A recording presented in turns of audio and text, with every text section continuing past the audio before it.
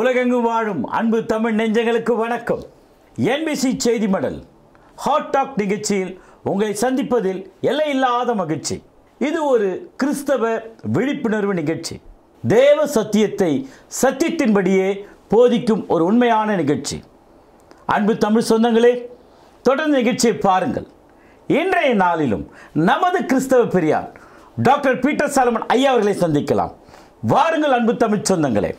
எங்கே சுமந்து போரீர் இந்த காணலிலும் அது அங்கம் சுமந்து நோக ஐயாயன் ஏசுநாதா எங்கே சுமந்து போகிறீர் சிலுவையை நீர் எங்கே சுமந்து போகிறீர்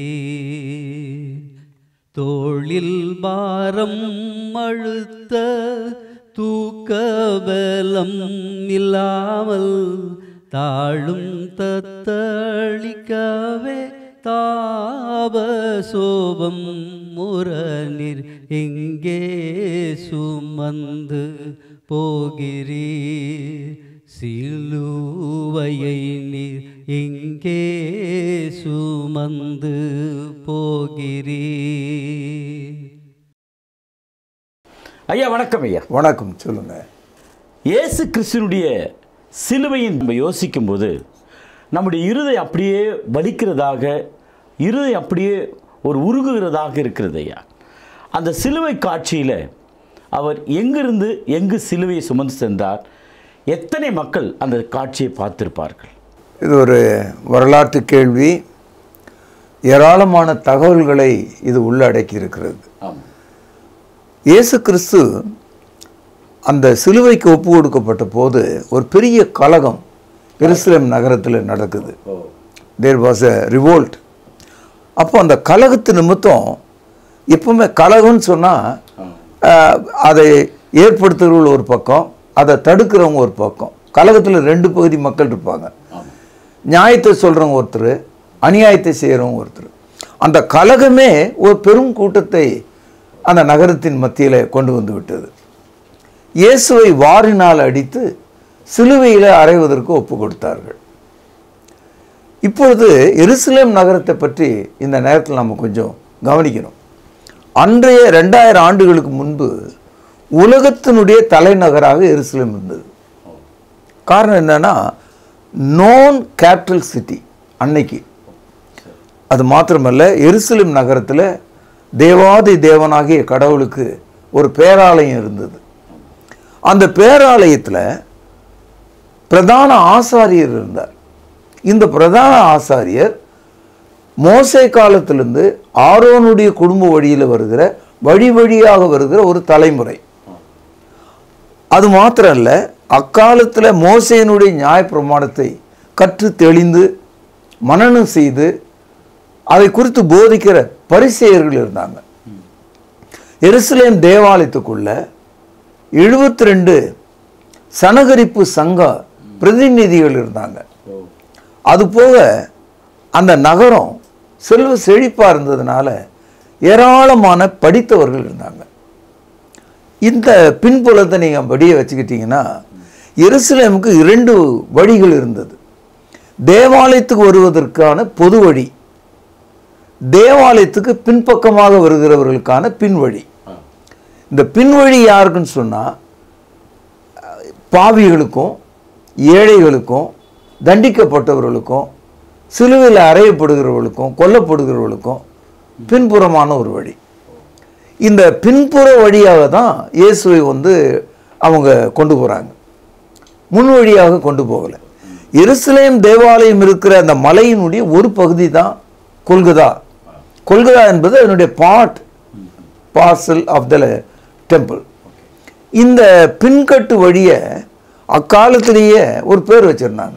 இன்னைக்கும் அதே பேர் தான் அந்த தெருவுக்கு பேர். அதாவது டோலா ராசா அப்படின்னு அந்த தெருவுக்கு பேர், அந்த பாதைக்கு பேர். டோலா ராசானா, டோலானா அடிமைன்னு அர்த்தம். அப்போ அடிமையின் பாதை, ஸ்லேவ்ஸ் ஸ்ட்ரீட் அப்படின்னு அர்த்தம். இந்த பாதையினுடைய நீளம் ஏறக்கூடதே ஒரு 600 மீட்டர் இருக்கலாம், 3/4 கிலோமீட்டர். இந்த தூரத்தை தான் இயேசு கிறிஸ்து அந்த சிலுவையை சுமந்து கொண்டு அவர் செல்கிறார். இந்த தெருவையும் அந்த அமைப்பையும் 3 முறை என்னுடைய வாழ்க்கையில் நான் போய் பார்த்தேன்.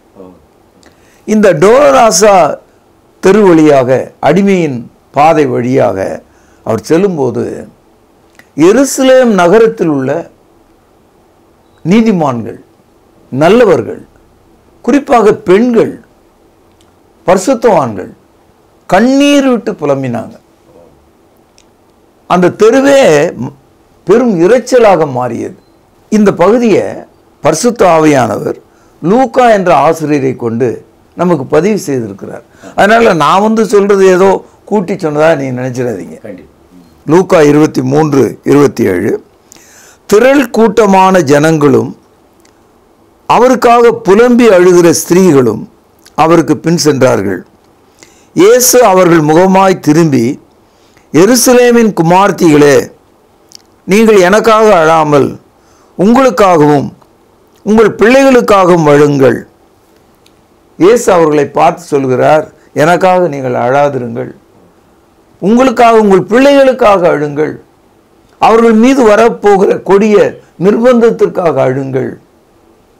இந்த சிலுவையை அவர் சுமந்து கொண்டு போகும்போது அநேகர் நினைக்கிறாங்க ரொம்ப சுலபமாக ஏதோ ஒரு கொடையை தோல் மேலே தூக்கிட்டு போகிற மாதிரி அப்படின்னு நினச்சிடுறாங்க. அந்த சிலுவை ஏறக்குறைய அன்றைய எடையில் நம்ம சொல்கிறதா இருந்தால் 130லேருந்து 140 கிலோ எடை, அவ்வளோ பெரிய எடை. அதனால் சிலுவையை அவர் சுமந்தார் என்று நாம் படிக்கிற இடத்துலலாம் எப்படி மாட்டின் கழுத்தில் நுகத்தடி போட்டு அது தரையில் தேய்ச்சிக்கிட்டே இழுத்துன்னு போவோம். அதே போல தான் இயேசு கிறிஸ்து குறுக்கு நெடுக்கமான அந்த மரத்துண்டை அவர் தரையில் ஒரு பக்கம் இழுத்து கொண்டு தோளில் ஒரு பக்கம் வைத்து கொண்டு அவர் இழுத்து கொண்டு போகிறார். அது தூக்கிட்டு போக முடியாது. இப்போது 60-70 கிலோ உள்ள ஒரு மனிதன் 140 கிலோ எடை உள்ள ஒரு மரத்துண்டை எப்படி தூக்கிட்டு போக முடியும்? ரொம்ப கஷ்டம். கூடுதலாக அவரை சவுக்கினால் அடித்து கொண்டே போகிறாங்க. சவுக்கடியை பார்ப்பாரா, உடல் வலியை பார்ப்பாரா, எடையை பார்ப்பாரா? அவர் 3 முறை அதை இழுத்துட்டு போகும்போது தடிக்கு கீழே விழுகிறார். அந்த 2வது முறை அவர் விழுந்த போது கொஞ்சம் மனம் இறங்கிய ஒரு நூற்றுக்கு அதிபதி அந்த ஊரில் தேமேன்னு ஒரு ஆள் பார்த்துட்டு நிற்கிறான். அந்த காட்சியை கண்டு பார்க்குறான், கண்ணீர் விட்டு அழுகிறான். அவன் அந்த ஆள் யார், அவன் ஊர் என்னன்ற தகவலையும் லூக்கா இங்கே பதிவு செய்கிறார். இதை லூக்கா 23:26 வசனம், அவர்கள் இயேசுவை கொண்டு போகிற போது நாட்டிலிருந்து வருகிற சிரேனே ஊரானாகிய சீமோன் என்கிற ஒருவனை பிடித்து சிலுவையை அவர் பின்னே சுமந்து கொண்டு வரும்படி அவன் மேல் வைத்தார்கள். இந்த இடத்துல நாட்டில் இருந்தனா கிராமத்தான்னு அர்த்தம். அவன் அந்த கிராமம் எந்த ஊருன்னு கேட்டால் சிரேனே என்ற ஊர். அந்த ஆள் பேர் என்னன்னா சைமன், எனக்கு கிளீனாக தெரியுது. அந்த மேலே வச்சாங்க. இப்படி தான் அவர் சிலுவையை சுமக்கிறார். என்னுடைய கேள்வி எல்லாம் என்னன்னா, ஏறக்குறைய அன்றைய பாப்புலேஷன் படி பார்த்தீங்கன்னா ஒரு 2000-3000 பேராவது அந்த காட்சியை பார்த்துருப்பாங்க. அன்றைய ஜனத்தொகையில் 2000-3000 பேர் பார்த்த அந்த காட்சியை, அந்த சிலுவையை யாராவது மறுக்க முடியுமா? இப்போ இயேசுவே அதை தூக்கி சென்றார், அதை இழுத்து சென்றார், அதில் அவர் அறையப்பட்டார். இவ்வளோ தகவலும் இருக்கும்போது இன்றைக்கு இந்த உலகத்தில் ஒரு கூட்ட மக்கள், ஒரு குறிப்பிட்ட சமயத்தை சார்ந்தவர்கள் இயேசு சிலுவையை தொடவே இல்லை, அவர் அதில் அறையப்படவே இல்லை அப்படின்னு மறுதலித்து இந்நாள் வரைக்கும் தங்கள் ஆத்துமாவை மறைத்துக் கொள்கிறார்கள். அவர்களுடைய பாவங்கள் அவர்கள் மீதே இருக்கிறது. எவன் ஒருவன் இயேசுவின் சிலுவையை மறுதலித்து விடுகிறானோ அவனுக்கு பாவ மன்னிப்பு இல்லை. ஏனென்றால் இயேசுனுடைய மரணத்தை ஒப்புக்கொள்ளாத மனிதனுக்கு எப்படி பாவ மன்னிப்பு உண்டாகும்? So denying Christ's cross and his death, there is no salvation for anyone. ஆகவே இந்த கேள்வியோடு நான் தொடர்பு படுத்தி சொல்வது, 2000-3000 பேர் பார்த்த அந்த காட்சி இன்றைக்கு மறுதலிக்க மனுஷனுக்கு பிசாசினாலே எப்பேற்பட்ட ஒரு துணிவு இருக்கிறது என்று நான் நினைத்து பார்க்கிறேன். இயேசுவானவர் சுமந்து சென்ற அந்த சிலுவை எந்த மரத்தால் ஆனது? எப்படி இவ்வளவு வெயிட் அவர் சுமக்க முடியும்? அதாவது நம்ம ஊர்ல இருக்கிற கருவாலி மரம், தேக்க மரம், இந்த மாதிரிலாம் அங்கே கிடையாது. அந்த தேசத்தில் இருக்கிற மரங்கள் வேறுபட்டது. குறிப்பாக இஸ்ரவேல் தேசத்தில் 2 மரங்கள் எப்போதும் இஸ்ரவேலருடைய வாழ்க்கையோடு தொடர்புடைய மரங்கள். ஒன்று ஒலிவ மரம், அது ஆவிக்குரியதை காட்டுகிறது. அத்தி மரம் சமுதாய வாழ்க்கையை காட்டுகிறது. இதில் இந்த அத்தி மரம் தான் நமக்கு சிலுவையாக வைக்கப்பட்டிருக்க வேண்டும் என்று நம்மால் புரிந்து கொள்ள முடிகிறது. காரணம் என்னன்னா, இயேசு கிறிஸ்து தமது ஊழியத்தை தொடங்கின நேரத்திலிருந்து அத்தி மரத்தோடு அவருடைய ஊழியம், அவருடைய பேச்சு, அவருடைய உதாரணம் தொடர்பு கொண்டிருக்கிறத நம்ம பார்க்க முடியும். யோவான் எழுதிய சுவிசேஷம் 1வது அதிகாரம் 50வது வசனம் நீங்கள் படித்து பார்த்தீங்கன்னா, இயேசுனுடைய ஆரம்ப கட்டத்தில் பேதுருவும் அவனுடைய சகோதரன் அந்திரேயாவும் இயேசுனிடத்தில் ஒரு கருத்தை பார்த்துட்டு இன்னொரு மனிதனிடத்தில் அந்த தகவலை சொல்கிறாங்க. அந்த மனிதனுடைய பேர் நாத்தான்வேல். இந்த நாத்தான்வேல் இஸ்ரவேலின் சமாதானத்துக்காக காத்திருந்த மனிதன். இயேசு கிறிஸ்து அவனை கண்டு அந்த நாத்தான்வேலை உத்தம கபடமற்ற இஸ்ரவேலன் என்று சொன்னார். உடனே அவனுக்கு ரொம்ப ஆச்சரியமா போச்சு. அப்படி ஆச்சரியமாப்படுகிற அவனை பார்த்து சொன்னார், நேற்று இந்த அத்தி மரத்தின் அடியில் நீ நிற்கிறத நான் பார்த்தேன் அப்படின்னார்.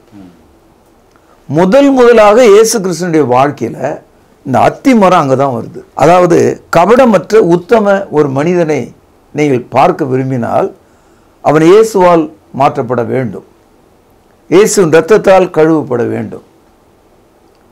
ஆக இந்த ஆச்சரியமான ஒரு தகவலை சொல்றாரு, ஐ saw you under the fig tree-னார். அப்போ இயேசு கிறிஸ்துவோடு ஒரு அத்தி மரம் தொடர்ந்து ஆரம்பத்திலிருந்தே இருக்கிறது. மார்க்கு 11வது அதிகாரம் 13 முதல் 15 வசனங்களை நீங்கள் படிச்சீங்கன்னா, ஒரு முறை இயேசு கிறிஸ்து தமது சீஷர்களோடு போகிறார். ஒரு அத்தி மரத்தை பார்க்கிறார். அத்தி மரத்தில் அத்தி கனி இல்லை. கனி இல்லாத அந்த மரத்தை பார்த்து, இனிமேல் உனக்குள்ள கனி உண்டாக வேண்டாம் என்று சொன்னார். அப்புறம் சீஷர்கள்லாம் போயிட்டாங்க. மறுநாள் அந்த பக்கமே வரும்போது சீஷர்கள் அந்த மரத்தை பார்க்குறாங்க. அந்த மரம் அத்தனை இலைகளும் அப்படியே தலை கிழிந்து சுருங்கி போயிட்டு ஒரே நாளில் அது பட்டு போயிட்டு. Within 24 hours the fig tree was dried up. ஒரு கால் இயேசு கிறிஸ்து அந்த மரத்தின் இடத்துல தன்னுடைய எதிர்காலத்தை குறித்து சொல்லியிருப்பாரா? நீ ரெடியாவு, உன் மேலே தான் நான் மறிக்க போகிறேன், அத்தி மரமே நீ ஆயத்தப்படு என்று சொல்வது போல எனக்கு தெரிகிறது. கூடுதலாக கலாத்தியர் 3வது அதிகாரம் 13வது வசனத்தில் படிக்கிறோம், மரத்திலே தூக்கப்பட்ட எவனும் சபிக்கப்பட்டவன் என்று எழுதியிருக்கிறபடி கிறிஸ்து நமக்காக சாபமாகி சிலுவையில் அறையப்பட்டார்னு படிக்கிறோம். அப்படியானால் கிறிஸ்துவானவர் கண்ட ஆயத்தப்படுத்தின அந்த மரம்தான் கிறிஸ்துவனுடைய சிலுவையை நமக்கு காண்பிக்கிறது. சபிக்கப்பட்ட ஒரு மரத்தை போல அது காட்சிப்படுத்தப்படுகிறதை நான் பார்க்கிறேன். இன்னும் கூடுதலாக நம்ம இயேசு கிறிஸ்துனுடைய வாழ்க்கையை தொடர்ந்து படித்தோம்னா, ஒரு முறை இயேசு கிறிஸ்து எரிகோவுக்குள்ள போகிறார். அங்கே குள்ளமான மனிதன் ஒரு அத்தி மரத்தின் மேலே ஏறி ஒளிந்து கொண்டு இயேசுவை பார்க்கிறான். இயேசு கரெக்டாக அங்கே நின்று, சகைவே சீக்கிரமாக இறங்கி வா இன்று நான் உன்னுடைய வீட்டிலே தங்க வேண்டும் என்று சொன்னார். கீழே இறங்கி வந்தவன் அந்த ஊர் ஜனங்களை பார்த்து சொன்னான், என்னுடைய ஆஸ்தியில் பாதி ஏழைகளுக்கு கொடுக்குறேன், மீதி கடன்காரர்களுக்கு 1க்கு 4 வீதமாக கொடுக்குறேன் இப்படின்னு அவன் சொல்லி தன் மனமாற்றத்தை அறிவித்தான். ஒரு கால் இயேசு கிறிஸ்து செகேயுவை பார்த்து, நீ இறங்கி வான்னு சொன்னது என்னுடைய அர்த்தம், நான் அதன் மேல் தொங்க இருக்கிறேன். You come down, I am going to climb up. ஆக இயேசு தன்னுடைய வாழ்க்கை தொடர்ச்சியாகவே ஒரு அத்தி மரத்தோடு அவர் டிராவல் பண்ணுறதை நீங்கள் பார்க்கலாம். கூடுதலாக மத்தேயு 24ஆம் அதிகாரம் 32வது வசனத்தில் இயேசு கிறிஸ்து இப்படி சொல்றார். அந்த உலகத்தினுடைய முடிவை குறித்து அன்றைய சூழலில் பேசும்போது, அத்தி மரம் துளிர் விடும்போது அந்த நாள் சமீபமாக இருக்கிறது என்ற விஷயத்தை நீங்கள் புரிஞ்சுங்கன்றார். ஆக அத்தி மரம் கிறிஸ்துவோடு டிராவல் பண்ணியிருக்கிறத நான் அப்படி தான் பார்க்குறேன். அதனால் இந்த அத்தி மரம் இப்படி தான் அங்கே உள்ளே சேர்ந்துருக்கோம் அப்படிங்கிறது என்னுடைய நம்பிக்கை. நீங்கள் கேட்டதுனால நான் அதை சொன்னேன். ரெண்டாவது, சிலுவையை நிறைய பேர் வித்தியாசமாலாம் பார்க்குறாங்க. அதாவது தரையில் நட்டு நேராக நிறுத்துவதற்கான ஒரு மரத்துண்டு, மனிதனுடைய கையை விரித்து ஆணிகளால் அடிப்பதற்கான ஒரு குறுக்கு துண்டு. அதனால தான் அதை கிராஸ்ன்னு சொல்கிறோம். கிராஸ்னாவே கிராஸ் தான். ஆகவே இயேசு கிறிஸ்து ஒவ்வொரு மனிதனுடைய வாழ்க்கையும் கிராஸ் பண்ணுறார். அவர் உன்னை சந்திக்கிறார். எப்படி 4 முனை ரோட்டில் நடுவில் போய் நீங்கள் நின்னீங்கன்னா நீங்கள் எந்த பக்கம் போகணுன்னு யோசிப்பீங்க இல்லையா? அதுதான் எரேமியாவில் நம்ம படிக்கிறோம் 6ஆம் அதிகாரம் 16வது வசனத்தில், வழிகளிலே நின்று பூர்வ பாதை எதுவென்று விசாரித்து நல்ல வழி எது என்று பார்த்து விசாரித்து கேட்டு நடவுங்கள், அப்பொழுது உங்கள் ஆத்துமாக்களுக்கு இளைப்பாறுதல் கிடைக்கும்னார். அப்போ ஒவ்வொரு மனிதனும் ஒரு கிராஸ் வே, கிராஸ் ரோட்ல நிற்கிறான், இன்னைக்கு நிற்கிறான். ஆகவே சிலுவை நம்முடைய வாழ்வின் மறுபக்கமாக இருக்கிறது. சிலுவை நம்முடைய பாவ மன்னிப்பின் அடையாளமாக இருக்கிறது. சிலுவை தேவன் நமக்காக கொடுத்த பிராய சித்தத்தை காட்டுகிறது. சிலுவை நம்முடைய பாவ மன்னிப்பின் விலையை காட்டுகிறது. சிலுவை மாபெரும் தேவனின் விலையேற பெற்ற அன்பின் வடிந்தோடும் காட்சியை நமக்கு காண்பிக்கிறது. அதனால் இயேசு மெய்யாகவே சிலுவையிலே அவர் பாரம் சுமந்தார். நிச்சயமாகவே அவர் சுமந்தார். ஐயா, அப்படி நீங்க சொல்றத பார்க்கும்போது நம்ம நாட்டில் நம்ம ஊர்லேயும் கூட அத்திமரம் சார்ந்த சில கதைகள் இருக்க, அதை நீங்க எப்படி நினைக்கிறீங்க? நம்ம ஊருக்கு எப்படி அத்திமரம் வர முடியும்? ஏன்னா நம்ம ஊர்ல அத்திமரம் கிடையாது. அப்போ அத்திமரம் இங்க வரணும்னு சொன்னா அது அங்கிருந்து இங்க வந்திருக்குதுன்னு அர்த்தம். எப்பவுமே கதைகள் உலகம் முழுதும் இருக்கு. இப்போ நான் சீனா போனேன், அங்க காக்கா நரி நம்ம ஊர் கதை அங்க அந்த பிள்ளைகள் மத்தியில் இருக்கு. ரஷ்யா போனேன், ரஷ்யாவிலேயே அந்த காக்கா நரி கதை இருக்கு. அப்போ உலகம் முழுதும் கதைகள் எப்படியாவது போயிட்டு தான் இருக்கும். அதே மாதிரி இயேசு கிறிஸ்து சிலுவையில மரித்து அடக்கம் பண்ணப்பட்டு 3வது நாள்ல உயிர்த்தெழுந்தார் என்ற அந்த பெரிய வரலாறு, இந்த செய்தி கண்டிப்பாக உலகத்தில் எப்படியாவது மக்கள் மத்தியில் வந்துடும். அப்போ நம்ம ஊர்ல இந்த அத்தி வரதர் என்று கேள்விப்பட்டிருப்பீங்க. வரதர் என்று சொன்னால் ஜெயித்தவர் என்று பொருள். அத்தி மரத்தின் மீது மரித்து மறுபடியும் வாழ்கிற ஒருவராக, பிழைத்த ஒருவராக, ஜெயித்த ஒருவராக. அதனால்தான் வரதன் என்று சொன்னாலே ஜெயித்தவன் என்று பொருள், விக்டரி என்று பொருள். இயேசு கிறிஸ்துவுக்கும் அது பேர் வெளிப்படுத்தல அப்படிதான் இருக்கு. அதனால நீங்க இங்க காட்சிப்படுத்தப்படுகிற இந்த அத்தி சமாச்சாரம் நீங்க பாத்தீங்கன்னா தண்ணியில வச்சிருந்து அதுக்கப்புறம் கொஞ்ச காலத்துல அதை தூக்கி வெளியே காட்டுறது, அதுக்கப்புறம் திருப்பி தண்ணியில போட்டுறது, இந்த பழக்கங்கள்லாம் காலத்தால மற்ற மதங்கள் எல்லாமே, எல்லா மதத்திலையும் ஒரு மதத்தினுடைய தாக்கம் இருக்கும். ஏதாவது ஒரு கதை ஒன்று சேர்ந்துடும். அது மாதிரி இயேசு கிறிஸ்துவனுடைய சிலுவை மரணம் அவருடைய உயிர்த்தெழுதல் இங்கே வந்திருக்கிறது. இதை நான் அப்படி தான் பார்க்குறேன். அதை வேறு விதமாக பார்க்குறவங்க அது அவங்களுடைய உரிமை. பட் என்னுடைய பாயிண்ட் ஆஃப் வியூவில் எப்படி பார்க்குறேன்னா, அத்தி வரதர்ன்னு சொன்னால் அது இயேசுவை தான் எனக்கு காட்டுது. ஏன்னா அவர் தான் அத்தி மரத்தில் சிலுவையில் மரித்தார், 3வது நாளில் உயிரோடு எழுந்தார். இந்த காட்சிப்படுத்துதலை, இந்த கருத்தை இது அடையாளப்படுத்துவதாக நான் பார்க்கிறேன். இது என்னுடைய உரிமை. ஐயா, கூடுதலாக ஒரு கேள்வி ஐயா. இயேசு கிறிஸ்து சிலுவை மரத்தில் ஆணிகளால் கடாவப்படும் பொழுது அவருடைய கரங்களிலிருந்து கால்களிலிருந்தும் ரத்தம் வடிந்தது. அது அந்த அத்திமரமாகிய சிலுவை மரத்து மேலே கண்டிப்பாக பட்டிருக்குல்ல ஐயா? கண்டிப்பாக. அந்த சிலுவை மரம் நமக்கு சாட்சி. ஆனால் ஹிஸ்ட்ரி, அதாவது சரித்திரத்தை பார்த்தீங்கன்னா, கடந்த 14வது நூற்றாண்டில் அந்த சிலுவை மரத்தை கண்டுபிடித்ததாக கத்தோலிக்கம் போதிக்கிறது. ஆனால் அந்த மாதிரி ஒரு குறிப்பு புதிய ஏற்பாட்டில் இல்லை. இயேசு கிறிஸ்து சிலுவையை சுமந்து கொண்டு போகும்போது அவர் முகத்தில் வடிந்த இரத்தத்தை வரோனிகா என்ற ஒரு பெண் ஒரு வெள்ளை துணியில் அப்படியே அத்தி எடுத்ததாகவும் அது இன்னும் இருக்கிறது என்று வரலாற்றில் இன்றைக்கும் பேசிட்டு தான் இருக்காங்க. அந்த மாதிரி ஒரு குறிப்பு புதிய ஏற்பாட்டில் இல்லை. அதெல்லாம் இயேசுவின் மீது உள்ள ஒரு பக்தினால், பரவசத்தினால கத்தோலிக்கம் அப்படி உருவாக்கி இருக்கலாம் என்று நான் நினைக்கிறேன். அதை பற்றி விவரம் எனக்கு தெரியாது. ஆனால் இயேசு கிறிஸ்துவின் சிலுவையின் மீது இயேசு கிறிஸ்துவின் சூடான இரத்தம், பாவ மன்னிப்புக்கான இரத்தம், உலகத்தின் பாவங்களை சுமந்து தீர்க்கும் தேவாட்டுக்குட்டியின் இரத்தம். யோவான் சுவிசேஷம் 1ஆம் அதிகாரம் 29வது வசனத்தில் யோவான் சொல்றாரு, இதோ உலகத்தின் பாவத்தை சுமந்து தீர்க்கும் தேவ ஆட்டுக்குட்டின்றார். அதாவது யூதர்களுக்கு மட்டுமல்ல, உலகத்தில் உள்ள எல்லாருக்கான பாவ மன்னிப்பின் ஆட்டுக்குட்டின்றார். பாவ மன்னிப்பு இயேசு கிறிஸ்துவினுடைய இரத்தத்தினாலே நமக்கு வருகிறது. புதிய ஏற்பாடு சொல்லுது, இரத்தம் சிந்துதல் இல்லாமல் பாவ மன்னிப்பு உண்டாகாது. Without shedding off the blood there is no remission of sin என்றார். அப்போ இயேசு கிறிஸ்துவினுடைய இரத்தம் நிச்சயமாக முதலில் அந்த மரத்தின் வழியாகத்தான் தரையை தொட்டிருக்க வேண்டும்.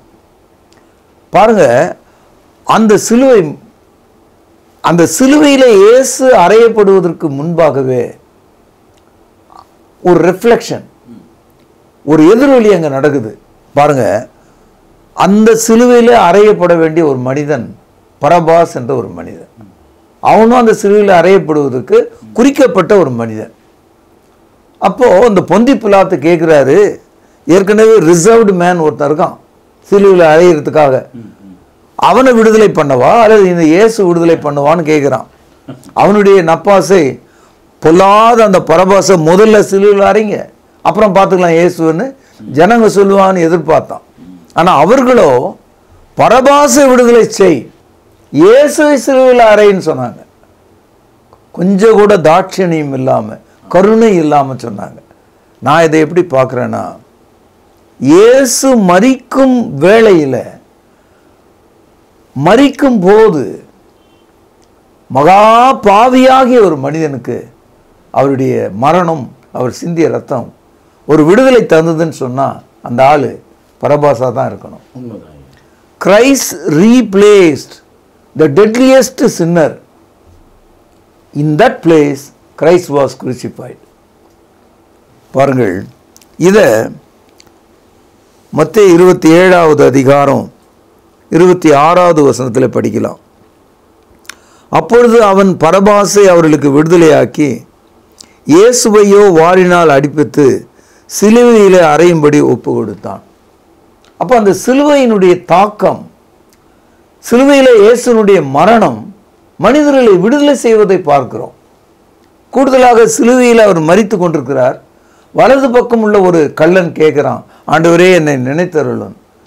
இயேசு அவனுக்கு உடனே சொல்கிறார், இன்று நீ என்னோடு கூட பரதீசில் இருப்பாய். ரெண்டாவது ஆள், as Christ was hanging on the cross, as he was bleeding on the cross, he was redeeming people. அவர்களை, மக்களை அவர் விடுதலையாக்கி கொண்டே இருக்கிறார். அந்த இரத்தம் அந்த சிலுவையில் வழிந்தது. இன்றைக்கும் அந்த சிலுவையை நோக்கி பார்க்கிற ஒரு மனிதனுக்கு, அந்த இரத்தத்தில் விசுவாசம் வைக்கிற ஒரு மனிதனுக்கு பாவ மன்னிப்பு விடுதலை பத்திரம் போல கிடைக்கிறது. மத்தேயு 27வது அதிகாரம் 38வது வசனம். மத்தேயு 27:38. அப்பொழுது அவருடைய வலது பக்கத்தில் ஒருவனும் அவருடைய இடது பக்கத்தில் ஒருவனுமாக 2 கள்ளர் அவரோடு கூட சிலுவையிலே அறையப்பட்டார்கள். இந்த தகவலை நான் ஏன் எடுத்து காண்பிக்கிறேன்னா, கிறிஸ்தவம் அல்லாத மற்ற மதங்கள், குறிப்பாக இந்த உலகத்தில் இயேசு கிறிஸ்துவை ஆண்டவராகவும் அற்புதம் செய்தவராகவும் தேவகுமாரனாகவும் எண்ணுகிறார்கள். ஆனால் அவருடைய மரணத்தை அவர்கள் ஒப்புக்கொள்வதில்லை. இயேசு கிறிஸ்துனுடைய மரணம் இல்லாமல் பாவ மன்னிப்பு இல்லை. இயேசு கிறிஸ்து தான் சிலுவையில் அறையப்பட்டார் என்ற தகவல் ஊர் உலக அறிந்த தகவல். அவர் தான் அந்த அத்திவர்தன் நம்ம ஊரில் பேசப்பட்டிருக்கார். ஆனால் மக்கள் சத்தியத்தை மறுதளிக்கிறவர்களாக இருக்கிறார்கள். இயேசு சிலுவையில் அறையப்பட்ட போது இயேசு தான் சிலுவையில் அறையப்பட்டார்னு பிலாத்து ஒரு போர்டு எழுதி அவர் தலைமையாட்டில் அந்த சிலுவை மேலே மாட்டி விட்டான். இந்த தகவலை மத்தேயு 27வது அதிகாரம் 37வது வசனம். அன்றியும் அவர் அடைந்த ஆக்கினையின் முகாந்தரத்தை காண்பிக்கும் பொருட்டு இவன் யூதருடைய ராஜாவாகி இயேசு என்று எழுதி அவருக்கு மேலாக வைத்தார்கள். இந்த கருத்தை யோவான் எழுதும்போது 3 மொழியிலே இது எழுதப்பட்டிருந்ததுன்னு சொல்றார். லத்தீன் மொழி, கிரேக்க மொழி, எபிரேய மொழி, 3 மொழியில் இது எழுதி வச்சிருந்தாங்க. அதனால இயேசுவின் சிலுவையை நினைக்கும் போது, அவர் சிந்திய இரத்தத்தை நினைக்கும் போது, அவர் அறையப்பட்ட அந்த சிலுவை மரத்தை நாம் நினைக்கும் போது நம்முடைய உள்ளம் உடைகிறது. இப்படிப்பட்ட ஒரு உணர்வின் கீழே தான் ஒரு மனிதன் ரட்சிக்கப்படுகிறான்.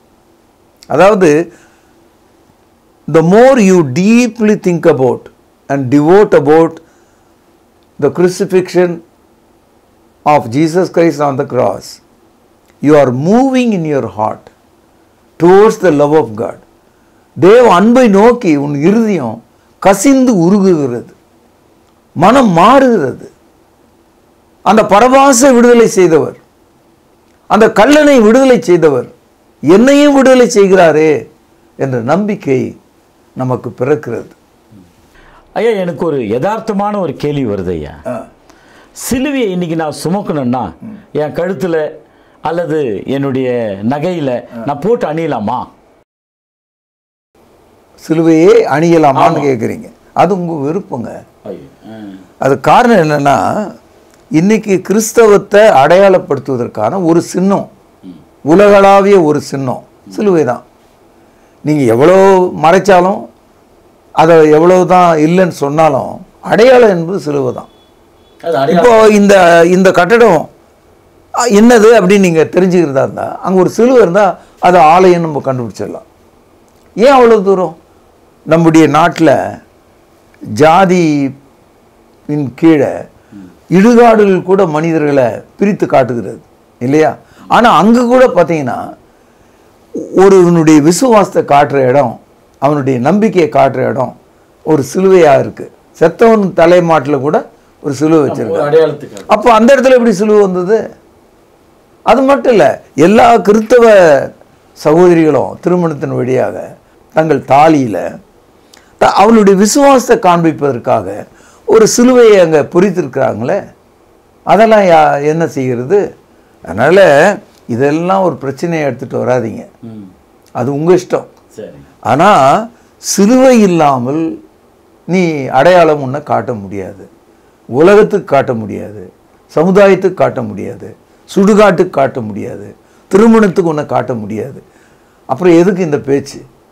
ஆனால் சிலுவையை மாட்டிக்கிட்டு தொங்கிக்கிட்டு நீ பாவியாக இருந்தால் அது ரொம்ப மோசமான காரியம்.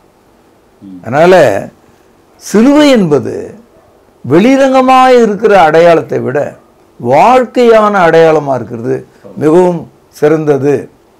ஏசு சொன்னார், மத்தேயு 16வது அதிகாரம் 24வது வசனம்.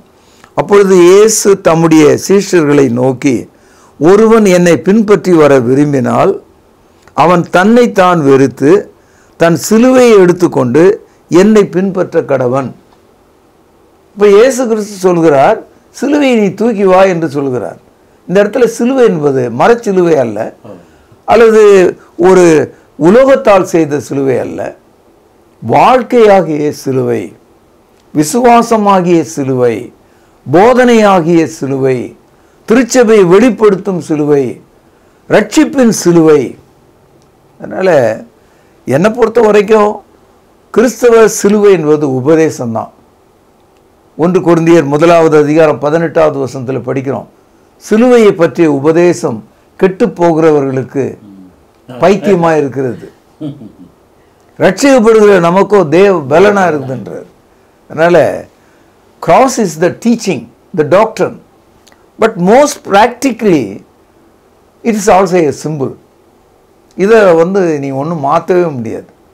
நீ எங்கே போனாலும், எந்த நாட்டுக்கு போனாலும், உங்களுடைய நம்பிக்கை என்ன, நீ எந்த மதத்தை சேர்ந்த ஆள் அப்படின்னு கேட்டால் அடையாளப்படுத்துவதுக்கு ஒன்று தான் இருக்குது. நீ சிலுவை ஒன்று காட்டினா தான் உன் மதம் தெரியும், இல்லைன்னா வேறு எதையாவது நீ காட்டி தான் ஆகணும். அதனால் இதை நீ சரியாக புரிஞ்சுக்கணும், அவ்வளோதான் நான் சொல்ல முடியும். அன்பு நேயர்களே, சிலுவையை ஆழ்ந்த கருத்துக்களை இந்த நாளில் நீங்கள் கேட்டீர்கள், அறிந்து கொண்டீர்கள். மீண்டும் உங்களுக்கு NBC செய்தி மடலில் நான் சந்திக்க ஆயத்தமாக இருக்கிறேன். அதுவரை உங்களிடம் விடைபெறுவது உங்கள் அன்பு அறிவிப்பாளன் சார்லஸ் எஸ் குணசேகரன். நன்றி, வணக்கம். கர்த்தாவே, தேவர்களில் உமக்கு பானவர் யார்? வானத்திலும் பூமியிலும் உமக்கு பானவர் யார்? உமக்கு பானவர் யார்? உமக்கு பானவர் யார்? வானத்திலும் பூமியிலும் உமக்கு பானவர் யார்? வானத்திலும் பூமியிலும் உமக்கு பானவர் யார்? தொடர்பு கொள்ள வேண்டிய முகவரி: திருமறை நேரம், 58 சர்ச் தெரு, குமரன் நகர், சென்னை 6,82,000. தொலைபேசி எண் 044255008882. செல்போன் 9385500882.